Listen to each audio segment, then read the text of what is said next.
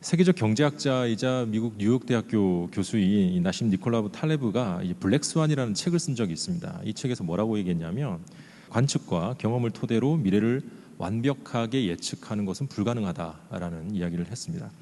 사실 이 블랙스완이라는 게요, 이 검은색 백조거든요. 유럽의 많은 과학자들이 이제 호주를 탐험하다가 호주에서 검은색 백조가 있는 것을 발견하고 깜짝 놀라서 이제 나온 이름이죠. 그래서 이 지금은 경제학 용어로 많이 쓰이는데 기존에는 전혀 이러한 일이 일어나지 않을 것이라고 그러니까 예상에도 들어가지 않았던 일들이 일어나는 것, 이것을 이제 우리가 흔히 블랙스완 현상이다라고 이야기를 합니다. 지금 우리 인류가 직면하고 있는 포스트 코로나 시대가 아마 이런 블랙스완에 가까운 현상이 아닐까 생각을 하는데요. 더 중요한 것은 단순히 이 코로나라는 질병만 우리 사회를 바꾸고 있으면은 이 질병만 해결되면 다시 이전으로 돌아가면 되지 않습니까? 그런데 더 큰 문제는 그 이전부터, 코로나 이전부터 4차 산업혁명이라고 하는 굉장히 큰 사회적 변화가 우리 사회를 이미 바꾸고 있다라는 거죠. 그래서 저는 이 포스트 코로나와 4차 산업혁명이 맞물리는 일종의 퍼펙트 스톰이라고 하는 우리가 거부할 수 없는 거대한 변화가 아마 코로나 이후에 우리 사회를 바꿔놓을 것이다. 그러면 사회 속에서 존재해야 하는 우리 교회도 필연적으로 변화해야 될 부분들이 있다라는 거겠죠. 아마 우리 성도 여러분들이 그 스마트폰을 사용하시기 이전의 자신의 삶의 모습을 상상해 보시면 이러한 변화가 얼마나 많은 부분에서 우리의 삶을 바꾸고 있는지를 실감하실 수가 있을 겁니다. 아침에 일어나서 스마트폰으로 뉴스를 확인하고요, 카톡으로 지인들과 안부를 묻고, 유튜브에 업로드된 흥미로운 영상들을 보고, 그리고 여러 가지 앱으로 식사 배달도 주문하고, 그리고 이제 소카라고 하는 이제 그 공유 자동차 서비스를 이용해서 출장도 갔다 오고, 그리고 페이스북을 통해서 미국에 있는 친구들과 연락을 주고받습니다. 이 모든 것들이 불과 약 한 7, 8년 전만 하더라도 우리가 상상할 수 없는 삶의 모습이었는데 지금은 너무나도 당연하게 이러한 삶을 영위하고 있습니다. 이 표는 연도별 시가총액 기준 세계 10대 기업을 정리한 표입니다. 1980년대, 90년대는 그야말로 전자제품을 만드는 제조업 중심의 기업들이 자본을 장악했습니다. 여러분들 너무 잘 아시는 소니라든지 히타치라든지 뭐 미국의 IBM이라든지 이런 회사들이 자본을 잠식하고 굉장한 강세를 보였던 시기입니다. 그러다가 2000년대 들어서면서 이러한 제조업 중심의 산업 구조에 균열이 생기기 시작되었고요. 소위 인터넷, 닷컴 시대가 열리게 되죠. 또 한 가지는 이제 휴대전화가 보편화되면서 노키아라든지 에릭슨이라든지 이런 세계적인 모바일 폰 제조 업체들이 또 두각을 나타내기 시작합니다. 2010년부터는요, 현재까지 변화의 기존의 패러다임을 완전히 바꿔놓은 형태로 이 산업 구조가 재편됩니다. 특히 주목해서 보실 부분은 2019년입니다. 지금 현재 우리가 살아가고 있는 사회에 세계의 자본을 누가 독점하고 있는가를 보시면은 대부분의 기업들이 바로 제조업을 기반으로 하는 회사들이 아니고 플랫폼 기업이라는 겁니다. 여기 보시면 뭐 아마존이라든지 알파벳이라든지, 알파벳은 이제 구글과 유튜브를 보유하고 있는 그 지주회사입니다. 그 다음에 페이스북, 알리바바, 텐센트, 뭐 이런 기업들이 세계에 이제 그 자본을 싹쓸이하고 있다. 그러면 이러한 기업들이 얼마나 막대한 이 자본을 끌어모으고 있는가, 제가 한 가지 사례를 들어서 설명을 해드리겠습니다. 작년에 2019년 11월 11일이 이제 중국의 블랙 프라이데이라고 하는 광군제라는 날이거든요. 중국인들이 어마어마하게 돈을 씁니다. 이 광군제 하루 동안 이 알리바바라고 하는 온라인 쇼핑몰이에요. 쇼핑 업체예요. 이 업체에서 이 벌어들인 매출액이, 총 매출액이 44조 6천억이었습니다. 너무 큰 돈이니까 좀 감이 안 오실 수가 있는데, 우리 그 포항에 있는 포스코라는 기업이 있지 않습니까? 세계의 굴지의 이제 그 철강 업체 아닙니까? 포스코가 2019년 1년 전체 매출액이 64조였습니다. 포스코의 1년 매출액이 64조인데 이 온라인 이 플랫폼 업체인 중국의 알리바바는 하루 만에 44조를 버는 겁니다. 그러니까 지금 우리 사회는 이미 패러다임이 근본적으로 바뀌고 있습니다. 이제는 뭘 만들어 가지고 돈을 벌 수 있다, 만들어서 세계 인류 기업이 될 수 있다, 이런 생각 자체가 이제 통하지 않는 사회가 되어버렸다는 거죠. 말 그대로 무형의 재화가 유형의 재화를 압도하는 시대가 되었습니다.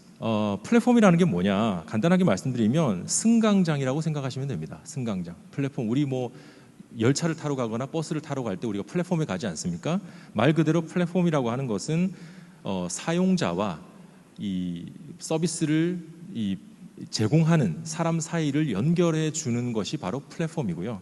지금 우리가 플랫폼 시대다라고 얘기하는 것 역시도 뭐 페이스북이라든지 카카오톡이라든지 유튜브라든지 이런 것들이 이러한 서비스를 원하는 사람들과 그러한 서비스를 제공하기를 원하는 사람들을 연결해 주는 일종의 뭐 어플리케이션이 될 수도 있고요. 그게 일종의 뭐 하나의 뭐 OTT 서비스가 될 수도 있는 그러한 것들을 제공하는 산업을 이제 플랫폼 산업이라고 우리가 지칭을 합니다. 그런데 이제 이러한 플랫폼의 변화가요, 단순히 그 산업의 변화에만 국한되는 것이 아니라 생산, 유통, 소비 전반에, 그러니까 라이프 스타일 전반의 변화를 야기하고 있고, 플랫폼의 변화는 커뮤니케이션 방식의 변화도 야기하고 있습니다.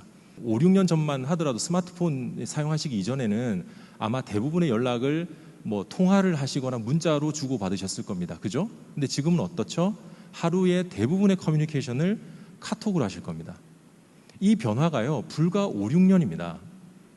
그만큼 우리가 일상에서 하는 커뮤니케이션 방식도 어느 순간 바뀌어 있다라는 거죠. 코로나 이전까지만 해도요, 저도 이제 학교에서 학생을 가르치는 입장에서 그래도 교육만큼은 만나서 해야 되지 않을까라는 생각이 어느 정도 있었습니다. 그런데 이제 지난 학기에 어쩔 수 없이 온라인으로 강의를 할 수밖에 없는 상황이 되다 보니까 교육의 상당 부분도 앞으로는 온라인으로 대체가 될 수밖에 없겠다라는 생각을 하게 되더라고요. 그러니까 플랫폼이라는 것이 어느 순간 모든 것을 빨아들이는 블랙홀과 같은 용어로 사용되고 있고, 이 플랫폼 시대가 의미하는 것은 기존의 가치와 사고 체계 그리고 사회적 이념 등과 같은 모든 가치들을 근본적으로 바꿔놓고 있다. 한국 사회는 아시다시피 서구 사회에 비해서 농경사회, 산업사회, 정보화사회 등을 불과 20, 30년 만에, 그러니까 서구 사회가 약 한 200년에 걸쳐서 변화해온 것들을 20, 30년 사이에 압축적으로 경험해왔기 때문에 세대 간 문화적 트렌드의 변화도 매우 빠르게 이루어져 왔습니다. 근데 지금 우리 자라나는 청소년들, 청년들, 그러니까 2000년도 이후에 태어난 세대를 우리가 흔히 Z세대, 디지털 네이티브라고 부르거든요. 이 Z세대의 등장은 현재 플랫폼 사회로의 변화를 더욱 가속화할 수밖에 없습니다. 그러니까 콘텐츠만 있으면 누구든지 스타가 될 수 있고요. 유튜브 채널을 개설해서 얼마든지 자신의 의견을 피력할 수 있는 사회 구조로 가고 있습니다. 누구라도 콘텐츠를 제작할 수 있고 누구라도 무언가를 할 수 있는 시대를 살아가는 젊은이들은 기존의 가치들과 상당 부분 충돌할 수밖에 없습니다. 이 대표적인 부분이 관계에 대한 태도의 차이인데요. 오늘날 이 우리 청년들, 청소년들의 이 가치, 관계에 있어서의 가치를 핵심적으로 말씀드리면 not union but network입니다. 연대는 싫다는 거예요. 막 얽매이고 구속받고 막 결속하는 거 싫다. 하지만 네트워크는 좋다는 거예요. 그래서 느슨한 관계, 사회적 네트워크. 그래서 뭐 내가 페북 친구가 뭐 5천 명이다, 뭐 몇백 명이다 이런 거. 그런 것들에 대한 열망은 더 크다는 거죠. 그래서 여러분들 그 가정의 뭐 자녀들이나 아마 그 주변의 청년들, 청소년들의 어떤 삶의 패턴을 보시면 아시겠지만 식당에 가서 맛있는 음식을 대할 때 어떻게 합니까? 바로 먹습니까? 기도하고? 아니죠. 사진을 찍고 SNS에 올리고 그 다음에 식사를 시작합니다. 요즘에는 우리 그 부모님 세대들도 그렇게 많이 하시더라고요. 그게 뭐죠? 누군가에게 보여주고 싶은 거죠. 보여준다는 것은 어떤 의미입니까? 네트워크를 그만큼 관리하고자 하는 어떤 의지가 담겨져 있는 겁니다. 하지만 연대하는 것에 대해서는 굉장히 부담스러워합니다. 또 한 가지의 흐름은요, 이 브로드캐스팅의 시대에서 내로우캐스팅의 시대. 그러니까 브로드캐스팅이라는 게 방송이지 않습니까? 방송의 시대에서 협송의 시대로 가는 것이 바로 또 Z세대 행동 양상을 설명하는 특징입니다. 즉 보편화되고 굉장히 누구라도 좋아할 만한 콘텐츠를 쏘아주는 것이 기존의 방송이거든요. 방송의 개념인데 지금 젊은 세대들은 방송을 보지 않습니다. 어떤 걸 보죠? 자신의 취향을 정확하게 짚어주는 넷플릭스의 컨텐츠라든지 유튜브 컨텐츠들을 선택해서 보는 거죠. 나중에 제가 말씀드리겠지만 지금 젊은 세대들은 설교도 그런 식으로 받아들입니다. 그러니까 본인이 흥미가 없거나 취향과 다른 컨텐츠는 아예 접근하지를 않는다는 거죠. 이것 역시도 Z세대의 특징이라고 할 수가 있습니다. 그러면 디지털 세대의 기존의 기독교적 가치를 적용하는 것이 왜 어려운가? 핵심은요, 기독교와 교회 문화라고 하는 어떤 구술 언어 시대의 가치를 문자 언어 세대의 이해를 바탕으로 디지털 세대에 전달하기 때문에 이게 어려운 겁니다. X세대 혹은 뭐 Y세대 정도만 하더라도요, 문자 언어 환경에서 유년기를 보냈기 때문에 어른들이 그래도 말씀하시면 아 그런가 보다 하고 이제 받아들이는 측면이 있었습니다. 하지만 지금의 Z세대 디지털 네이티브들은요, 이미 태어나는 순간부터 모든 것들이 디지털화되어 있고 영상 언어로 재구성되어 있는 환경에서 태어나서 자라왔기 때문에 문자 언어 세대가 이야기하는 바를 정확하게 이해하지 못합니다. 그러니까 이것은 반항을 한다거나 저항을 하는 어떤 개념이 아니고요, 그냥 이해를 못하는 겁니다. 한국 사람이 영어를 이해 못하는 것과 마찬가지입니다. 다른 언어를 사용한다는 거죠. 그래서 오늘날 교회 내의 어떤 Z세대의 급감, 디지털 네이티브들의 급감 현상은 이러한 거시적 관점에서 접근을 해야 하고, 과거에도 뭐 교회 내에 청년들과 뭐 장년층들의 이 어떤 갈등이나 이런 것들은 늘 있어 왔다라는 식의 이해 방식으로 현재의 상황을 바라보는 것은 근본적인 해결책을 찾는데 전혀 도움이 되지 않는다는 말씀을 드리고 싶습니다. 우리 사회의 환경 변화, 그러니까 제가 앞에 말씀드린 플랫폼의 변화가 있고요, 그 다음에 세대의 변화가 있습니다. 우리는 역사적으로 계속해서 변화를 겪어왔습니다. 그렇죠? 변화를 통해서 인류는 역사를 만들어 왔죠. 근데 보편적으로 환경 변화에 대한 세 가지 반응 형태가 나옵니다. 어떤 사람이든 어떤 집단이든 큰 틀에서 세 가지 행태를 보이는데, 첫 번째 행태는 선도입니다. 그러니까 끌고 가는 거죠. 리드하는 겁니다. 대표적인 게 뭐죠? 애플이라든지 페이스북이라든지 유튜브라든지 카카오톡이라든지 이런 지금의 플랫폼 업체들은요, 새로운 흐름을 선도하는 그룹입니다. 하이 리스크 하이 리턴, 뭔가 위험성이 따르지만 그 위험을 감수하고 시도해서 성공을 거두면 굉장한 보상이 따라오는 겁니다. 하지만 이러한 선도를 해나가는 것은 쉽지가 않습니다. 왜냐하면 위험성이 크기 때문이죠. 두 번째 그룹은요, 적응하는 그룹입니다. 적응. 그러니까 리스크를 최대한 줄이기 위한 전략이고요. 다양한 가능성이 열려있는 플랫폼 시대에 적응에 대한 판단 역시도 어렵기 때문에 이것도 쉽지 않은 선택입니다. 하지만 이런 것들을 또 잘해서 이제 업계에서 이름을 날리고 또 성공하는 사례들도 있죠. 대표적인 게 우리나라의 삼성입니다. 삼성이 취한 전략, 대표적인 게 패스트 팔로워 전략입니다. 애플의 스마트폰, 이 아이폰이 나왔을 때 삼성의 갤럭시 S를 바로 몇 개월 만에 출시를 했죠. 그런 걸 통해서 이 변화의 흐름을 놓치지 않고자 하는 노력을 보여주는 겁니다. 자, 세 번째, 우리가 가장 두려워하는, 경계해야 하는 그룹이 바로 도태되는 그룹입니다. 이 도태되는 그룹은요, 일반적으로 트렌드의 변화를 과소평가하거나 과거에 성공을 거둬본 사람들, 그리고 성공을 거둬봤기 때문에 변화의 필요를 별로 못 느끼는 겁니다. 지금 내가 이렇게 잘 나가고 있는데 내가 왜 변화를 해야 되냐. 그래서 현재 상황에 만족하거나 성공을 거둔 경험에 의해서 다가오는 변화 자체를 부정하는 경우가 바로 도태되는 그룹의 특징입니다. 대표적인 사례가 바로 세계적인 스마트폰 제조사였던 노키아입니다. 노키아. 그 국내에는 잘 알려지지 않았지만요, 2000년대 중후반까지만 해도 유럽이나 미국 북미권의 외국을 나가 보시면요, 사람들이 들고 다니는 핸드폰의 2대 중 1대는 노키아라고 할 정도로 이 노키아는 압도적인 시장 점유율을 보냈습니다. 그래서 그 힘을 바탕으로 해서 2000년대, 2010년대에 노키아가 세계 10대 그룹에 계속해서 자리매김을 했죠. 그런데 이 노키아가 언제 역사 속으로 사라졌느냐? 2007년 6월에 애플이 아이폰을 출시했을 때 당시에 노키아의 CEO였던 그 칼라스 부오가 야, 아이폰은 그 애들 장난감 같은 거다. 그런 건 성공할 수가 없다. 라고 단호하게 끊어버립니다. 스마트폰의 미래 발전 가능성에 대해서 아예 단호하게 끊어버리죠. 그 CEO의 평가절하, 잘못된 선택으로 인해서 노키아는 지금 흔적도 없이 사라진 기업이 되어버렸습니다. 개인이든 집단이든 간에 플랫폼 환경 변화의 시대에 가장 경계해야 할 위협이 바로 변화의 흐름에 적응하지 못해서 도태되는 것입니다. 그리고 이러한 도태를 방지하기 위해서 가장 중요한 어떤 그 집단이 가져야 할 가장 좋은 이 가치랄까요? 이런 것들은 다양성을 가지는 것이 굉장히 도움이 됩니다. 다양한 의견이 나올 수 있고 다양한 이 구성원들로 만들어진 집단은 어떠한 변화에서도 그 다양성을 활용해서 적응해 나갈 수 있다는 거죠. 즉, 한 집단이 하나의 색깔, 하나의 목소리를 갖는 것보다 다양성을 어느 정도 보장하는 것이 새로운 환경의 변화에 더 잘 적응하고 변화에 잘 대처해 나갈 수 있다는 겁니다. 저는 이 코로나19 사태를 겪으면서 이 모델을 우리 교회에도 적용해 볼 수 있다고 생각을 합니다. 모여서 예배하는 전통적 방식의 어떤 공동체 유지 방법 외에는 다른 대안이 없는 교회들이 큰 어려움에 봉착을 했죠.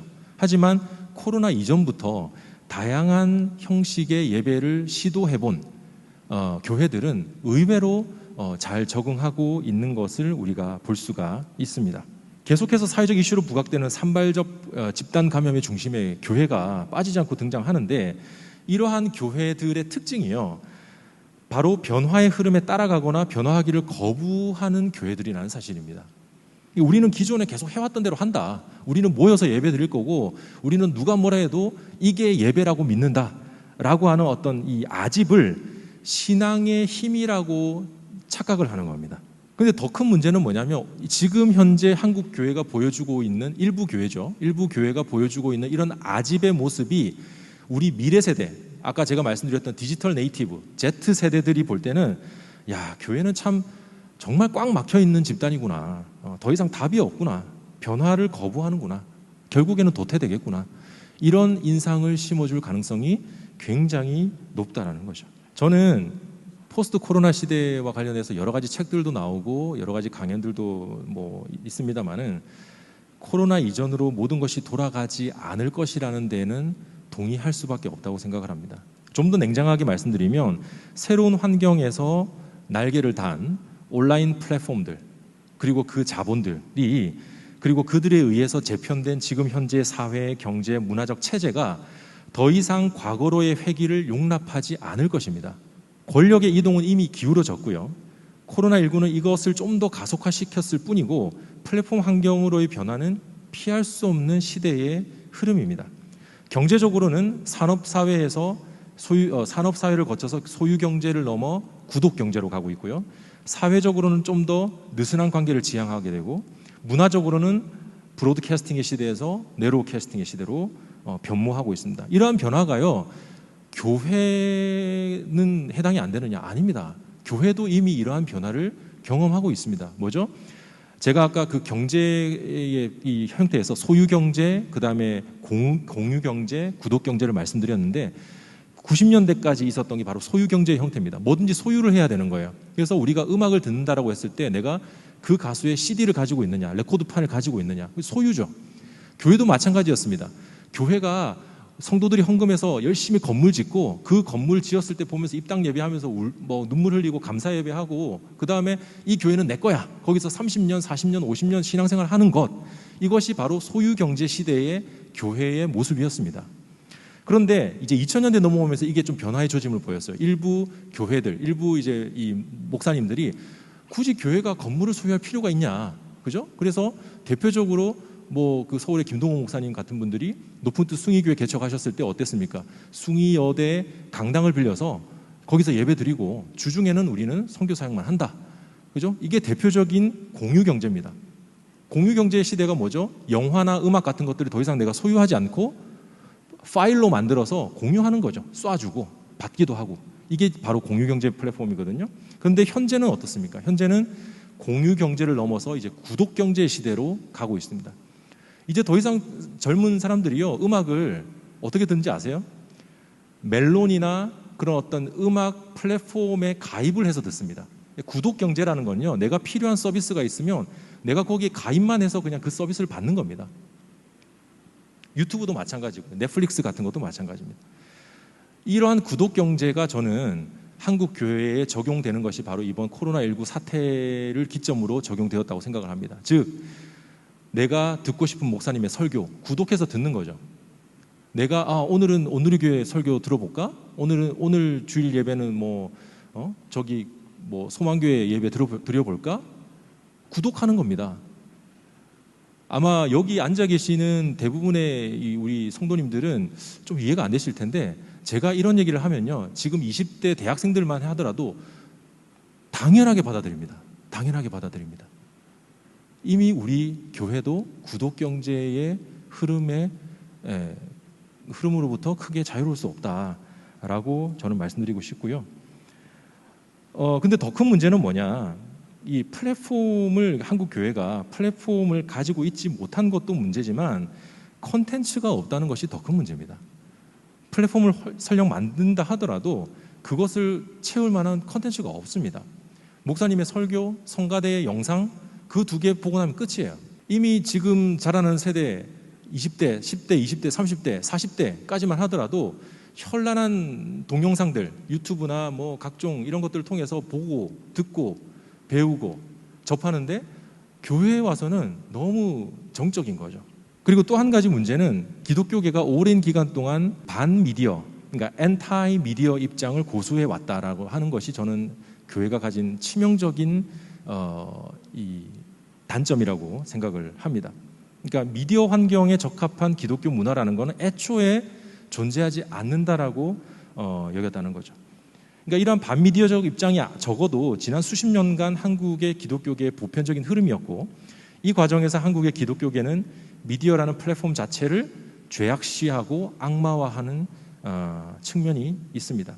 미디어라는 것은 말 그대로 소통하는 창구일 뿐이잖아요. 칼이라는 게요, 살인자에게 들려주면 살인 무기가 되지만 세계적인 셰프에게 들려주면 굉장한 이 요리의 도구가 되지 않습니까? 이 미디어가 마찬가지입니다. 어떤 콘텐츠를 채우느냐에 따라서 그것이 달라질 수 있는데, 오랜 기간 동안 우리 기독교 교계, 특히 한국 교회는 미디어 자체를 죄악시했어요.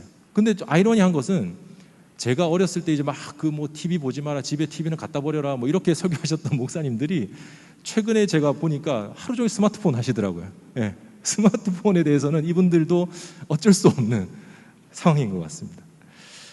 플랫폼의 변화에도 이제 핵심은 콘텐츠다라는 거 말씀드렸고요. 그런데 이제 그 대다수 기독교인들의 태도가 문제인데, 올해 4월에 한국 기독교 목회자 협의회와 이제 한국 기독 언론 포럼이 이제 여론조사 기관인 주식회사 GN컴 리서치에 의뢰해서 코로나19로 인한 한국 교회 영향도 조사를 했습니다. 이제 다양한 매체를 통해서 이 결과가 공유가 되었는데요. 흥미로운 것은 대부분의 성도들이 온라인을 활용한 예배 및 콘텐츠 생산이 일시적인 현상일 것이다라고 받아들이고 있다라는 거고요. 그런데 이것도 세부적으로 보면 이 세대에 따라서 좀 응답이 다릅니다. 예를 들어서 온라인 예배가 현장 예배보다 만족스럽지 못했다라고 답변하신 비율이 50대 이상은요 65%, 66% 이렇게 나오거든요. 근데 10대, 20대, 30대는 현장 예배와 비슷했다거나 오히려 현장 예배보다 좋았다라고 하는 응답이 50%가 넘습니다. 연령에 따라, 세대에 따라서 온라인 예배에 적응하는 정도의 차이가 있다는 거죠. 마지막으로 그 교계에 좀 드리고 싶은 제언을 몇 가지로 정리를 하겠는데요. 첫 번째로는 이제 교계가 다양한 콘텐츠를 개발을 해야 됩니다. 현장 예배 중심, 설교 중심으로 획일화된 교회 콘텐츠를 다양한 플랫폼과 성도들의 적용이 가능한 것들로 다변화할 필요가 있습니다. 현장 예배를 찍어서 유튜브 등의 어떤 그 온라인 플랫폼에 업로드하는 방식으로 예배를 진행해 왔지만, 사실 이것만으로는 오랜 기간 동안 성도들의 신앙적 갈증, 교회의 교회됨을 유지하기에는 어려움이 있을 것입니다. 또 한 가지는 그 온라인 예배 환경에서의 어떤 예배 의식, 리추얼 역시도 신학적으로 재정의되고 재정립되어야 한다고 생각을 합니다. 그렇게 되어야만이 새로운 도전을 할 수 있고 창의적인 어떤 그 기독교적 컨텐츠들이 만들어질 수 있다라는 것이죠. 무엇이 본질적인 것인가? 무엇은 비본질적인 것이기 때문에 바꿔도 되는가? 이러한 논의들이 빨리 이루어져야 한다고 생각을 합니다. 두 번째는 지금의 상황을 버티는 것이 가장 중요하다는 인식이 어쩌면 플랫폼 전환의 시기를 관통하는 과정에서 가장 위험한 생각일 수 있습니다.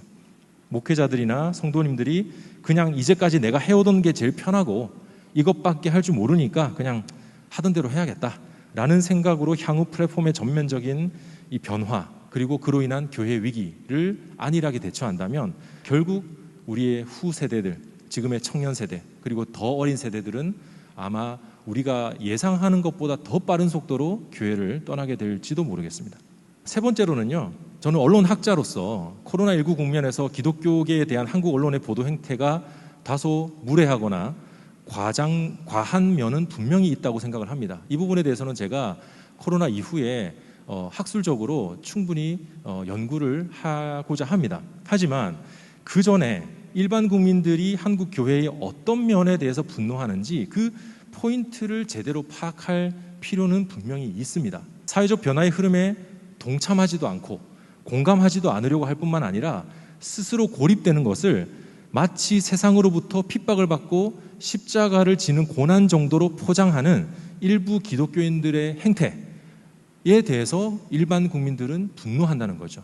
그리고 이 분노의 포인트를 한국 교회가 정확히 짚어내고 도려내는 작업이 필요하다라고 생각을 합니다. 네 번째로 교회에서 온라인 콘텐츠를 개발할 뿐만 아니라 성도들이 온라인에서 어떤 활동들을 할 수 있을지, 예를 들어서 온라인에서 이제 소그룹 모임을 한다든지 가상 회의를 한다든지 이런 것들에 대한 아이디어 이런 것들을 공유할 수 있는 환경이 빨리 만들어져야 됩니다. 더불어서 우리 성도님들도 이 셀프 모티베이션, 그러니까 자발적인 참여 의식이 더욱 성숙하게 요구되는 시대라고 생각을 합니다. 온라인 플랫폼이 대부분 개인 생활의 편리함과 가치를 극대화하는 방향으로 나가고 있지만 결국 교회는 공동체적 요소를 포기해서는 안 된다고 생각을 합니다. 교회 공동체의 본질은 연대와 나눔이기 때문이고요.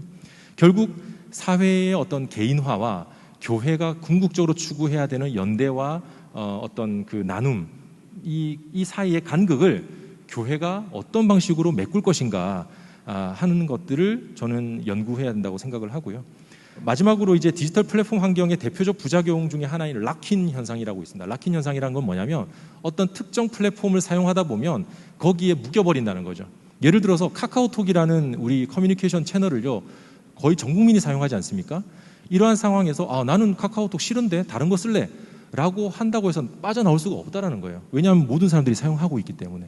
그래서 한국 교계도 자칫 이 온라인 예배 환경이 더 장기화되고 이렇게 되었을 때 소위 이 온라인 플랫폼을 온라인 콘텐츠를 잘 만들어내는 대형 교회 중심으로 성도들이 이동할 가능성이 있다. 이런 것들에 대해서는 우리가 좀 경계를 해야 되지 않을까. 그러니까 쏠림 현상이죠. 이런 것들을 경계를 해야 되지 않을까 생각을 하고요. 마무리를 하겠습니다. 어쩌면은 포스트 코로나와 이 플랫폼의 변화가 퍼펙트 스톰을 만들어내는 지금이 이제까지 새로운 플랫폼 환경에서의 콘텐츠에 대해 등한시했던 한국 교회가 개교회 중심의 무한 이기주의와 외형적 성장주의가 아닌 교회 공동체 전체의 운명을 놓고 연합하고 동역하는 교회로서 갖는 마지막 기회일지도 모른다는 경각심이 있었으면 좋겠고 이것을 놓고 함께 기도하고 힘을 합쳐야겠다라고 생각을 합니다. 이상 발제를 마치겠습니다. 감사합니다.